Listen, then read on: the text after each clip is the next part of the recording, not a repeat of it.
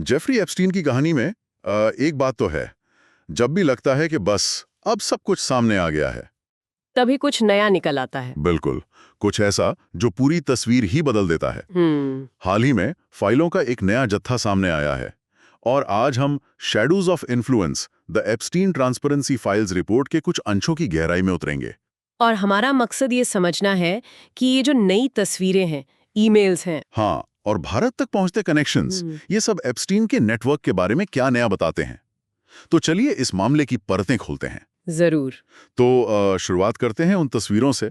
इनमें मतलब Bill Gates और लेखक डेविड ब्रुक्स जैसी बड़ी हस्तियां एप्स्टीन के साथ दिख रही हैं। हाँ, लेकिन ये भी ध्यान रखना जरूरी है कि अमेरिकी हाउस कमेटी ने साफ किया है कि तस्वीर होना किसी के दोषी होने का सबूत नहीं है। सही कहा, पर इससे एक बात तो साफ होती है, एप्स्टीन का रसूख, उसकी पहुंच कितनी जबरदस्त थी। बिल्कुल। लेकिन इन्हीं तस्वीरों में एक बात है जिसने मुझे सबसे ज्यादा परेशान किया। क्या? कुछ नाबालिग लड़कियों की तस्वीरें मिली हैं जिनके शरीर पर पेन से ललिता उपन्यास की लाइनें लिखी हुई थीं। ओ।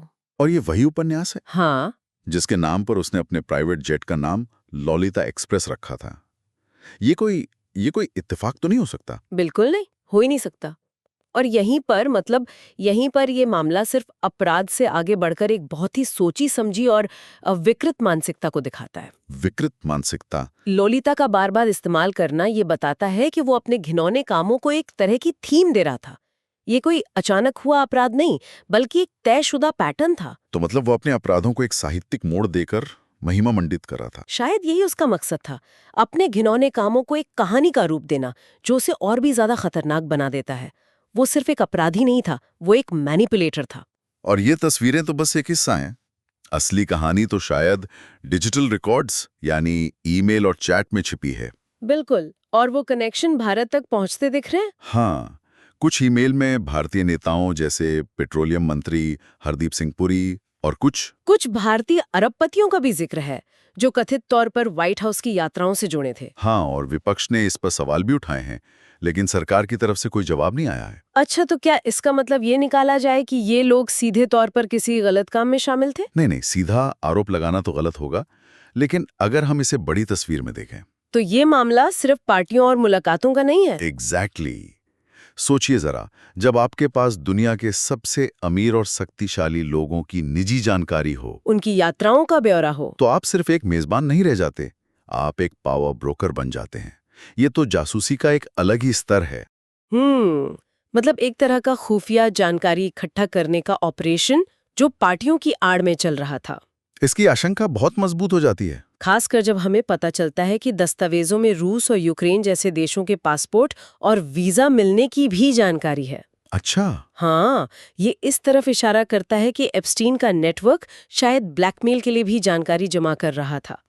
ताकतवर लोगों को अपने जाल में फंसाने का एक क्लासिक तरीका। बिल्कुल। तो इन सब बातों को जोड़कर देखें तो क्या समझ आता है? एक तरफ ये मनोवैज्ञानिक खेल, दूसरी तरफ दुनिया भर में फैला रसूख का जाल और शायद ब्लैकमेलिंग भी। और जाहिर है ये सारे खुलासे घिसलेन मैक्सवेल और बाकी सहयोगियों के खिलाफ चल रहे केस में नए सबूत बन सकते हैं।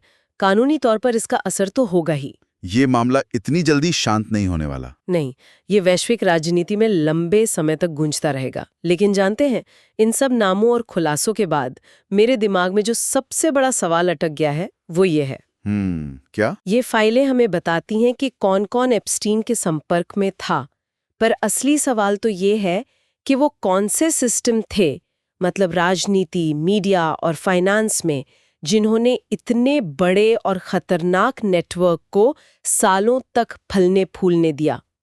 सही कहा। शायद असली कहानी सिर्फ कुछ बुरे लोगों की नहीं, बल्कि उस पूरे पावर स्ट्रक्चर की कमजोरियों की है, जो ऐसे लोगों को ताकतवर बनने देता है।